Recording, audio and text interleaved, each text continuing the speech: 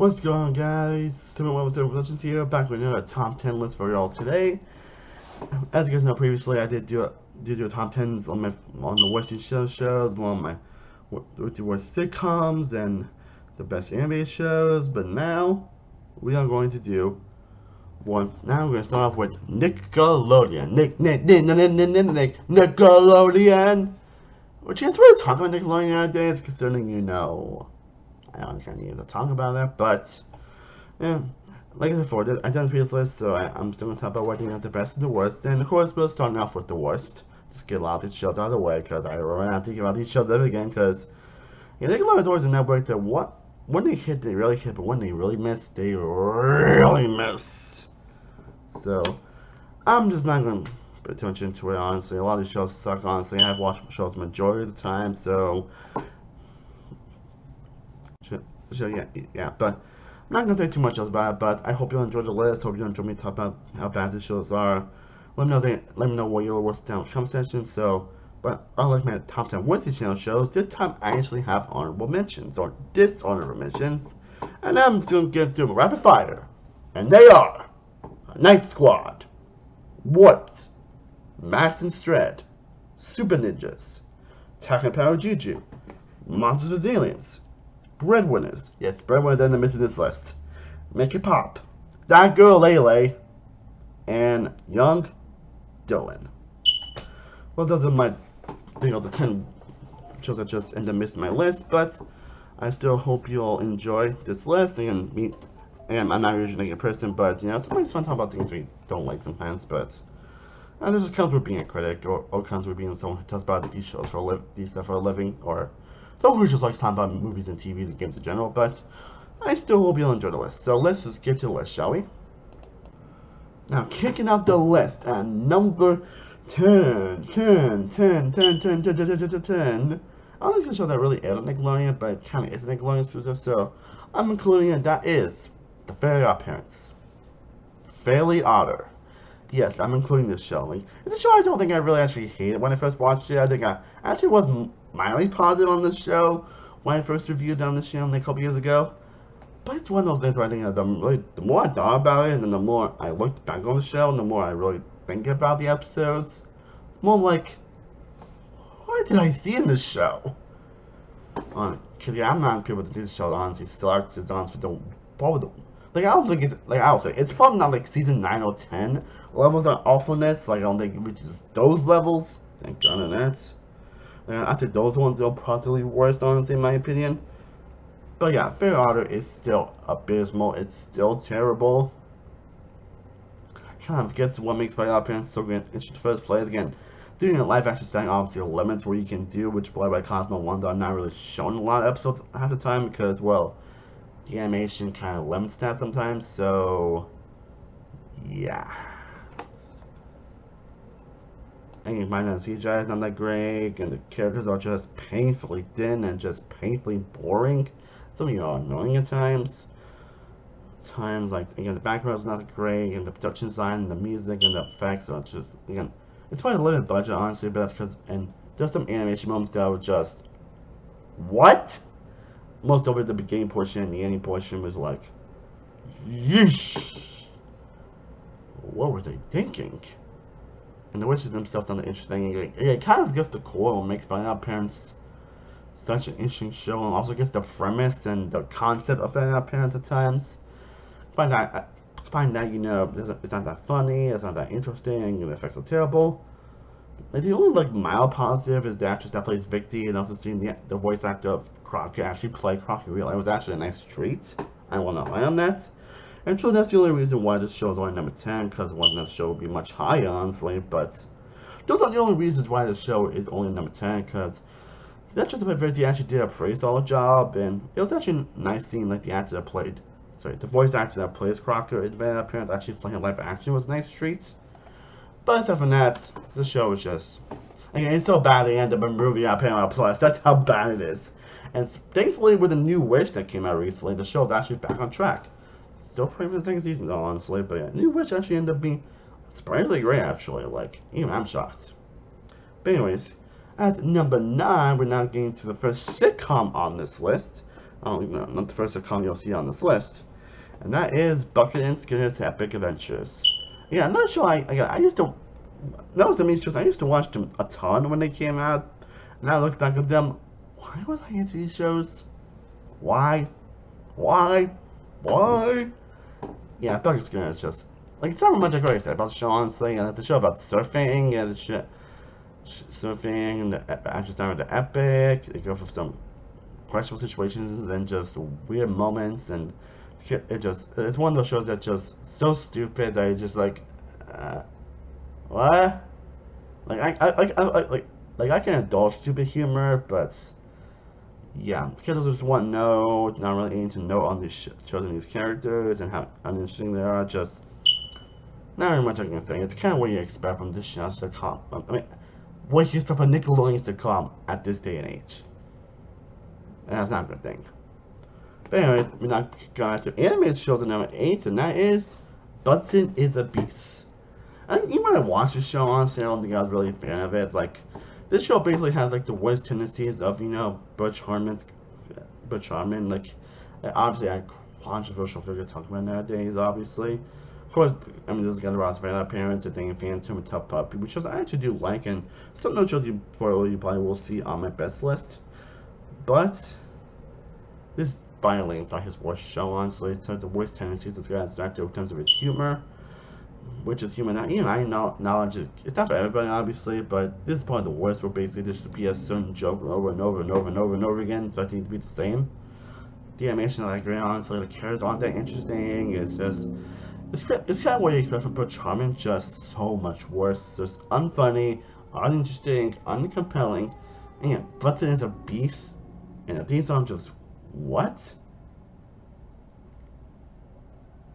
Yeah, you might watch it. I don't think I was really a fan of the show. So that's just all I can really say about Budson's the Beast. It's just not. It's just easy to John's worst show. And number 7, a show they probably forgot it on this show, honestly, but the show, even when I watched it when I was young, I did not enjoy it, and that is Talent in the Kitchen. Just a boring show. That's really all I can say. Talent in the Kitchen is just boring. I mean, enjoying the concept have all Nick Rubin not interesting anyway, but it's a show that's just lifeless, not really anything interesting going on. I don't think anything going on half the time, so it's just boring. But anyways, at number 6 and number 5, yes, I'm including both number 6 and number 6 and number 5, yes, I'm including both on this list because it shows they probably weren't supposed to be a lot high on this list, but as these are known being on the worst Disney channel, I mean, why can't I Disney Channel? Some of the worst Nickelodeon shows, but I said including both. But yeah, at number 6, we got Fanboy and Chum Chum, and number 5, we got Planet Sheen. 2 shows that you probably would obviously expect to be on this list. And yeah, don't forget the animated shows. We got nothing animation, you people Chum Chum just annoying, like loud in your face, but in the worst possible way, and embracing that LOL humor that was so popular during that time. During the like 2000s and 2010s. And Planet Sheen basically a not necessarily spin-off of Jimmy Neutron, which while I do actually get the concept of that show, I do get the concept. The fact that kind of makes Sheen just oblivious to come back and just not worry about his friends and having someone look like Carl, like, yeah. And it's just what you expect from that type of show and humor, and it's just, Again, don't know how much they read the shows. You guys know this show's terrible. But now at number 4, we get to probably one of the last sitcoms on this list, and that is a show that you also probably wouldn't expect. Like some of these shows are probably the pretty obvious choices that you would expect, and that is Marvin. Probably the last thing we saw Lucas Crenshaw as an actor. Of course, going to be like Fred at the time, honestly, which is pretty unfortunate because obviously he is actually a very talented actor. Like, say what you will about Fred, he is a talented actor. The guy is incredibly talented. I will definitely die on the hill. And this is why it's just actually just being him, not like being Fred. But the show is not that great. Also, the show can be unintentionally hilarious at times. Like I watched the show a lot growing up, and I remember loving a lot of this stuff. Honestly, it's a show though that is just very gross and very just in your face with that grossness. and the characters are just not that interesting in general. Like Christian does actually do pretty well in his role, honestly, but it's one of the jokes are just so terrible and the stories are so interesting that it just blazes out. And again, the show's terrible, it's just not that interesting, so yeah. Number 4. Now we're in the top 3, and now number 3 is a show that actually was my number 1 on my last list, and that is Sanjay and Craig. I know, Sanjay and Craig is not number 1. And even I'm shocked that they have 2 shows that managed to be worse than Sanjay and Craig. A show like some of the show I mentioned previously is just gross. Like the first episode is better than basically seeing a butt, Sanjay wanting to see a butt operation. And there's only one episode where Sanjay holds in a fart for so long he gets a fart baby. I am not making that up. That's the stuff of human that is in the show. Like, the show based about a guy with his pet snake, and it's just like it's so cringe, and again, still person that humor that was perfect at that time, so yeah. Like, what? Again, the characters aren't that interesting, it's just gross for the sake of being gross. Like, not the things that happen in the show sometimes is just very questionable. Like, wow. And the animation is also pretty terrible as well. The characters are just pretty terrible. Again, the grossness, the music, it has everything that makes the show pretty terrible. And again, the fact they managed to get 2 shows down, and are worse than this, should really tell you something. Because see what you want to show on this list. At least they some way have a point of why they were down. At least that actually were trying, honestly. While they kind of failed, you can at least get a sense of that. But my top 2, honestly, are shows that, but a lot of shows that are kind of like attached to other shows that Nickelodeon has done. And they were probably 2 of the most pointless shows in existence, which made them easily my top 2. Which honestly, if you're Nickelodeon, you probably should know what 2 shows I'll be talking about. But I'm just getting away, and it definitely was the debate show I found worse, honestly. Like, it's not case my number 2 to my number 1, honestly. You can have a debate. But anyways, my number 2, we have The Adventures of Kid Danger, which, of course, is the animated spread-off to Henry Danger, which is a show I'm just fine with, honestly. It's one of the shows I don't hate, but it's a show I don't really love either. Same with Danger Force. I'm just always just so neutral on that show, honestly. So, spoiler, don't expect it to be on my best list. But again, it has some of the worst animation you ever see. It's basically them trying to... It's kind of like basic Henry Danger, just obviously in a more anime front that they could try to get away with some things more. Why was this a thing? And again, it's basically like Henry Danger just somehow so much worse. And the show, my opinion, wasn't that great to begin with.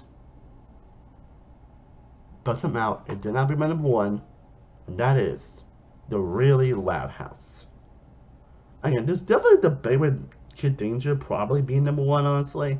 Was because of the abysmal or boring animation and the humor. And obviously, The Really Loud House definitely show that the big positive I can actually say that the actors that do play the sisters actually do a pretty solid job when they actually do. But the personalities of the sisters actually pretty low live action. But your question, if you have the positive, why is the show number 1? Why is it the worst? Well, there's definitely one reason, like I mentioned before. The show is going to be pointless. Like, there's no fucking reason for them to have a live-action Loud House. Like, why are we getting a live-action Loud House? Like, it's crazy that we got like 2 live-action movies. Which means I know we got like Christmas special that, honestly, it's not that great, honestly, in terms of Halloween special. Now we get like a live-action show? Like, wow, in spite of the best efforts, it's basically continuing on with the downward trajectory of this show. And also the fandom doesn't really help much either. I don't want to get too much on that aspect. Like, yeah, I really don't want to touch on that. But if you know, but I'm saying if you know, you know. But yeah, it's just incredibly pointless. Even then, the humors are not funny, honestly. Again, the actors do try this with the sisters, and of course, Brian's backstory is like a godsend. But the pointlessness is what puts us number 1. I mentioned it's just not that funny, it's not that interesting, the plots are just very stupid. I mean, they have a problem where they actually have Licking Loud being a diaper, and they actually show it. There's some moments with there are some aspects with the writers and the actors get a little fishy in certain aspects, which makes those moments pretty uncomfortable at times. I don't really want to get too much into that aspect. But you know, I don't know why this show's a thing, honestly. And to what the difference in the debate between Kid Danger and number one, considering I actually have a couple more positives to say about the Really Loud House, but about the Really Loud House. But the pointlessness and the fishiness and the fan base and the fandom easily puts this show at number one. Well, guys, I hope you enjoyed discussing my top 10 voice Nickelodeon shows. Thank you, guys. This shit bombs out of the way. But I would love to know what your worst shows down in the comment section. Any shows you think I should have put on this list. And again, I plan on doing like a best show list, but I'm actually planning on doing a top 15 list because there are so many great shows outside, you know, I love a lot of the shows, so let's custom. So, hope you enjoyed that. Thank you so much for watching. Truly appreciate it. I am Sam One World of Sam Productions. I will see you next time as always. Stay cool, everybody.